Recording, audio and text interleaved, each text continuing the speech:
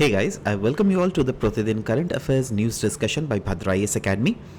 Today the date is 27th of February 2026 और APSC and UPSC perspective में जितने सारे इंपॉर्टेंट न्यूज़ हैं हम सब कुछ को कवर करेंगे। आगे बढ़ने से पहले let me remind you that इसके रिलेटेड PDF भी मैं नीचे में मेक श्योर करूंगा दैट उसका लिंक दे दूँ, आप वहाँ पे जाकर डाउनलोड भी कर सकते हैं। और उस PDF में कुछ MCQs भी हैं, make sure to solve that MCQ for you.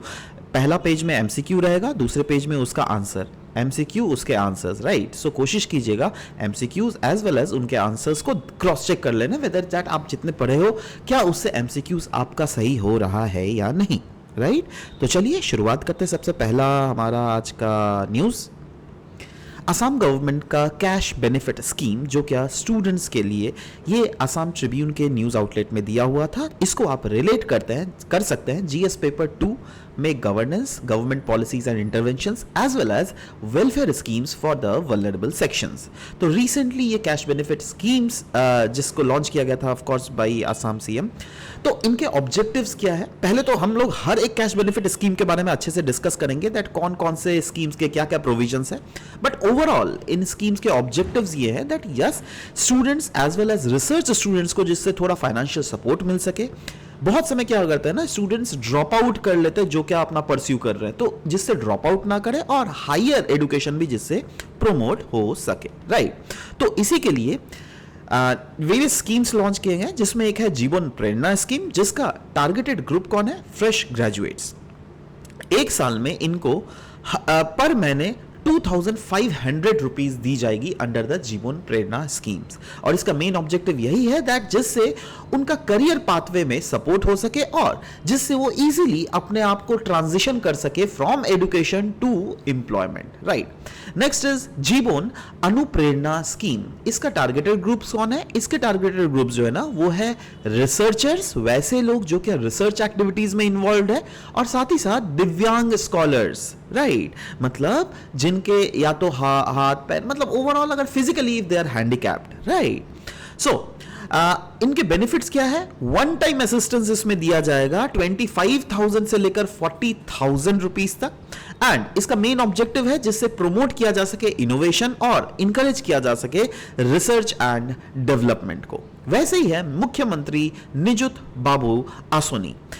इसका टारगेटेड ग्रुप है फ्रेश ईयर के under grades students as well as post grade students, right, specifically boys यहां पर, राइट। और वैसे बच्चों को दिया जाएगा जो क्या इकोनॉमिकली अनप्रिविलेज्ड बैकग्राउंड से आते हैं, राइट। इसका बेनिफिट क्या है, इसका बेनिफिट यह है दैट मंथली फाइनेंशियल असिस्टेंस तो दिया ही जाएगा इसमें, राइट। और साथ ही साथ इसका ऑब्जेक्टिव है दैट जिससे ड्रॉप आउट रेट्स को प्रिवेंट किया जा सके। और बॉयज में भी बहुत समय क्या होता है ना, लड़कों पर घर का जिम्मेवारी बहुत ज्यादा आ जाता है, राइट। तो इससे क्या होगा दैट अगेन थोड़ा अगर कहीं से पैसा मिल जाएगा ना तो उनको हेल्प मिल जाएगा, उनको इंकरेजमेंट मिलेगा और वो अपने हायर एजुकेशन को इजीली परस्यू कर सकते हैं।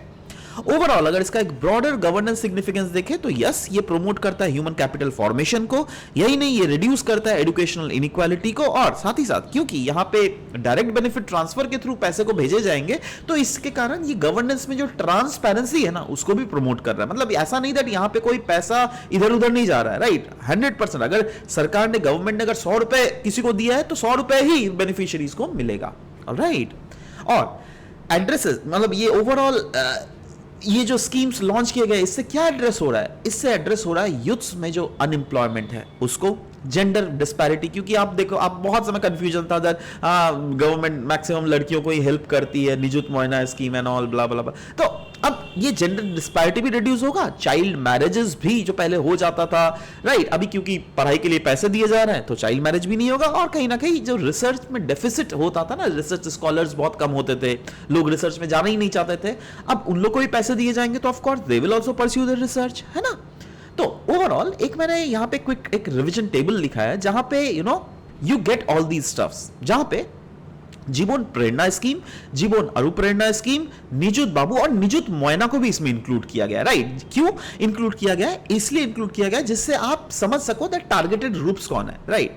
जीवन प्रेरणा में targeted groups are graduates, Jeevan Anuprerana में targeted groups are mainly research scholars, Nijut Babu scheme में यूजी एंड पीजी के बॉयज, राइट। वैसे ही निजुत मोइना में girls student, right. So this is exclusively for boy, exclusively for girls students, right. अच्छा, जीवन प्रेरणा में बेनिफिट क्या है? 2500 रुपीज पर मंथ। जीवन अरुण प्रेरणा में वन टाइम ही दिया जाएगा 25 से लेकर 40,000 तक, और निजुत बाबू में मंथली सपोर्ट दिया जाएगा। वैसे निजुत मोयना में भी मंथली सपोर्ट दिया जाता है 2500 रुपीज का। जीवन प्रेरणा का मेन ऑब्जेक्टिव है दैट यस, करियर्स को सपोर्ट करना। जीवन अरुण प्रेरणा में इनोवेशंस और रिसर्च को आगे बढ़ावा देना। निजुत बाबू को और निजुत मोयना दोनों में ड्रॉप आउट को कंसर्न करना, और साथ ही साथ निजुत मोयना में तो चाइल्ड मैरिज को भी प्रिवेंट करना is one of the main initiative of this very thing, right. इसके बेसिस पे there is a question which I am giving you, right. Try to answer this in the comment section below, and मैं चाहता हूं that आप लोग सब कोई first number question का नीचे करेक्ट सेक्शन में अपना आंसर दोगे। I will personally check whether you have done it correct और नॉट। निजुत मोयना और Nijut Babu Asoni primarily aims to address which of the following issues, है ना, 4 इश्यूज दिए गए हैं, और इसके बेसिस पे आपको करेक्ट आंसर को सिलेक्ट करना है, ठीक है। तो ए ओनली, बी ओनली, सी या फिर डी, आपको बताना है ए, बी, सी या डी, ये चारों में से कौन सा ऑप्शन सही होगा। नीचे कमेंट सेक्शन में बिल्कुल अपने आंसर्स को लिखिएगा। New Delhi declaration on AI impact, recently आपको पता चला था एआई इंपैक्ट सबमिट हुआ था, जिसमें डिक्लेरेशन को भी अडॉप्ट किया गया, और इसका नाम है new Delhi declaration on AI impact. तो इसी के बारे में ये न्यूज है, और इस न्यूज को आप रिलेट कर सकते हैं जीएस पेपर 3 के science and tech, artificial intelligence, emerging technologies से।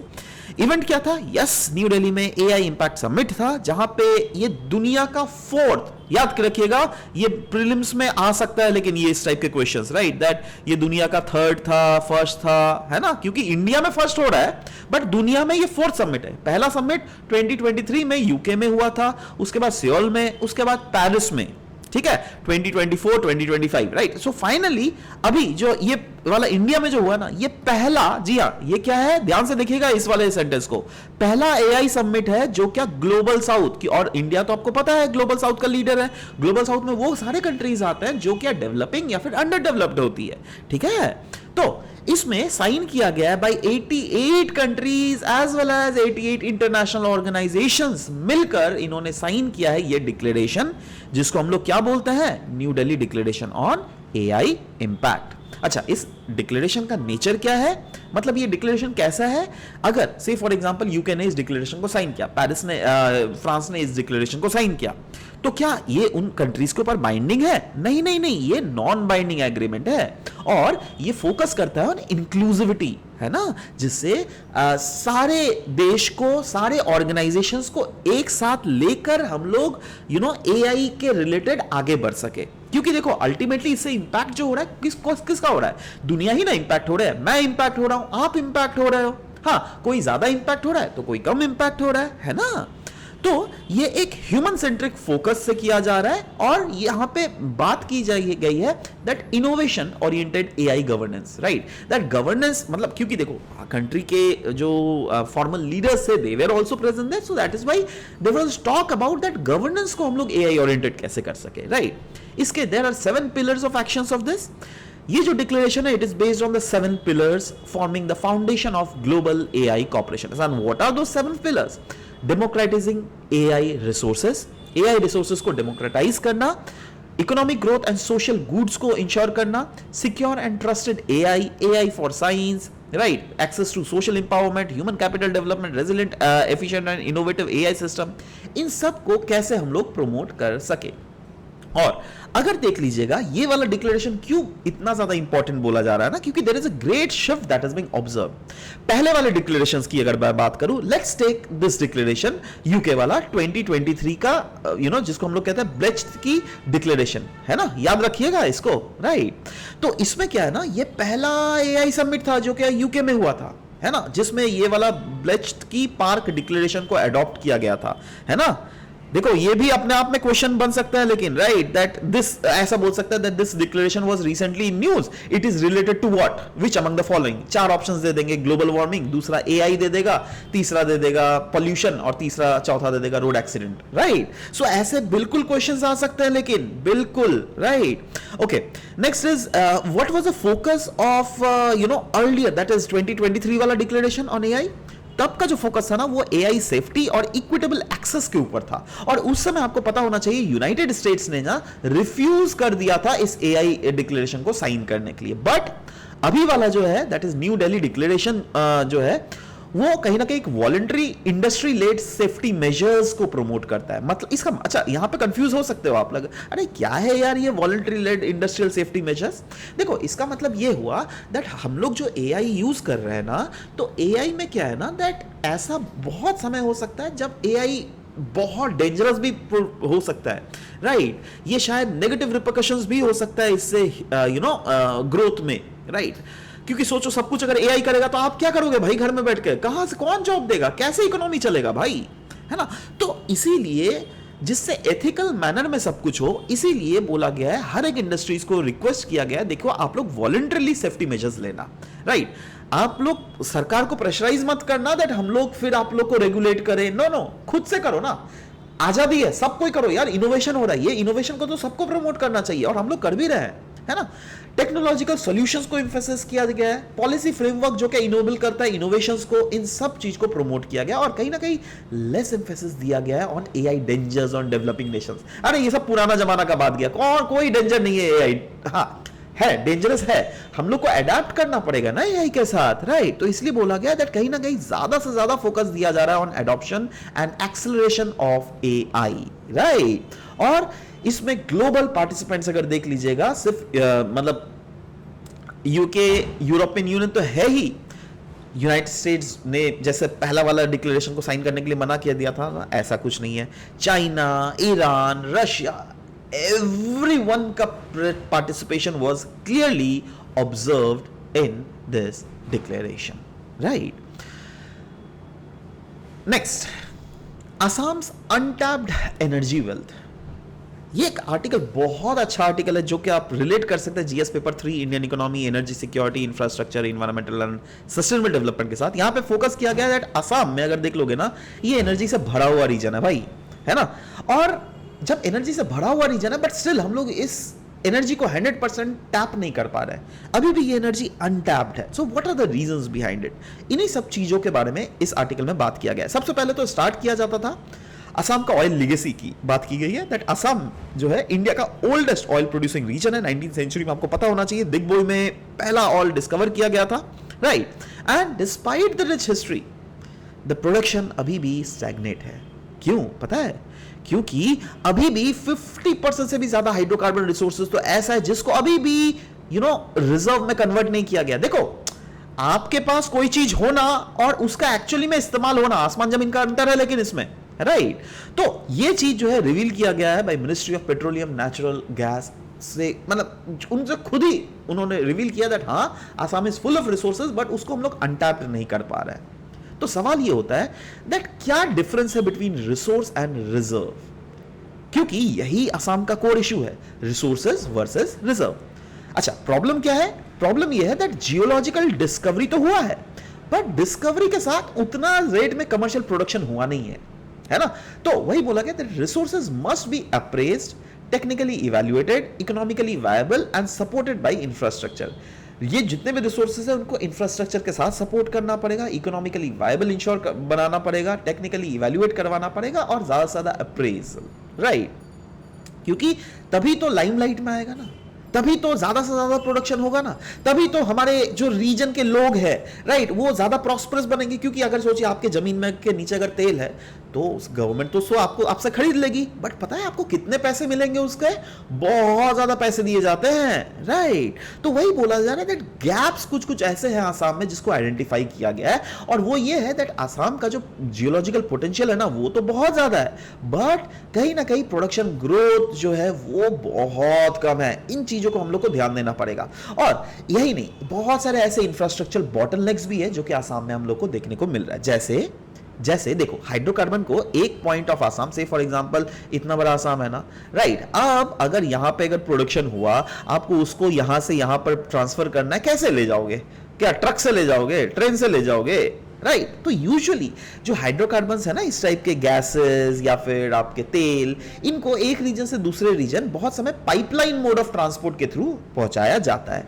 और यहां पे पहला जो प्रॉब्लम ये है वो यही बताया जा रहा है that there is a lack of gas pipeline network, right. The North East lack करता है of integrated gas pipeline network, और बिना पाइपलाइन के गैस को ठीक से ट्रांसपोर्ट नहीं किया जा सकता, इसका मार्केटिंग डिफिकल्ट होता है और इंडस्ट्रियल ग्रोथ जो है वो कहीं ना कहीं सफर करता है, राइट। और यही बोला गया अगर हम लोग पाइपलाइन को एक्सपैंड करें ना, उसके बहुत ज्यादा बेनिफिट्स होंगे।